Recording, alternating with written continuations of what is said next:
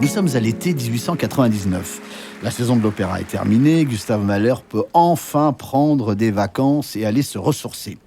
Voilà maintenant 2 ans que Mahler occupe le poste prestigieux de directeur de l'Opéra de Vienne. Depuis, il n'a plus une minute à lui entre les soucis administratifs et son métier de chef d'orchestre. Heureusement, il reste l'été pour composer. Et en cet été 1899, Mahler se rend avec sa sœur Justine et son amie Nathalie Bauer-Lechner à Bad Aussee, une station thermale située dans le Salzkammergut, une région de montagnes, de forêts et de lacs. Le cadre idéal pour composer. Mais pour cette fois-ci, c'est raté. Mahler est exaspéré par le mauvais temps, le froid, sans parler de cet orchestre bruyant de l'autre côté du lac. Les débuts sont vraiment difficiles. Finalement, après plusieurs semaines stériles, Mahler se met à l'ouvrage et, petit à petit, sa 4e symphonie prend forme. Il est complètement absorbé par son travail et doit emporter son carnet avec lui en promenade au cas où une idée lui viendrait. Mais alors que l'esprit créateur de Mahler est au plus haut, la date du retour à Vienne approche. Ironie du sort. Mahler est malade, il craint de ne pas avoir le temps de tout noter, de ne pas retrouver cette fulgurante inspiration et que sa symphonie ne voit jamais le jour.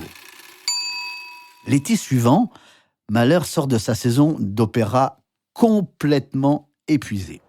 Cette fois-ci, direction Meiringen, sur les bords du lac Wörthersee. Mahler et sa famille ont décidé de faire construire une villa. Mais pour cet été, les travaux ne sont pas terminés. En revanche, bonne nouvelle, la cabane, la Häuschen, comme on dit, où Mahler va se retirer pour composer, est prête.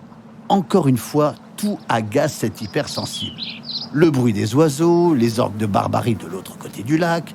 Mais quand il reprend les esquisses de sa 4e symphonie, Mahler oublie ses tracas.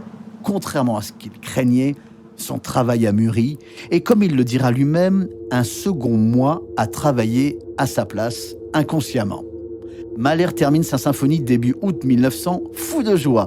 Pour lui, elle est son œuvre la plus aboutie. Il lui aura fallu seulement 3 semaines. La création a lieu à Munich le 25 novembre 1901 sous la direction de Mahler lui-même. Et là, c'est la consternation. Après les monumentales 2e et 3e symphonies, on attendait une œuvre d'ampleur. Or, ce jour de novembre 1901, c'est une œuvre aux couleurs pastorales et insouciantes que le public découvre. La 4e symphonie est huée. Avec le temps, malgré un accueil peu enthousiaste, la 4e s'est vite imposée et est devenue l'une des symphonies les plus jouées de Mahler. La symphonie numéro 4 en sol majeur est l'une des plus courtes de Mahler. Après la 3e, 6 mouvements et 1h30 de musique, celle-ci dure à peine 1 heure. L'orchestre est allégé et Mahler a choisi une soprano comme voix soliste. Avec ses couleurs lumineuses, cette symphonie renvoie à l'enfance, à l'innocence, dès le premier mouvement. Le 2e mouvement se veut plus moqueur et sarcastique, avec un violon solo accordé un ton plus haut. Mais le climat est de nouveau apaisé avec le 3e mouvement. La voici donc pour vous en intégralité, sous la baguette en 2020 du chef canadien Yannick Nézet-Séguin, qui entraîne l'Orchestre Philharmonique de Berlin et bien sûr pour le chant, la soprano bavaroise Christiane Garg. Belle soirée musicale à vous, sur Accent 4, l'instant classique, dans toute l'Alsace, en DAB+. Bon week-end.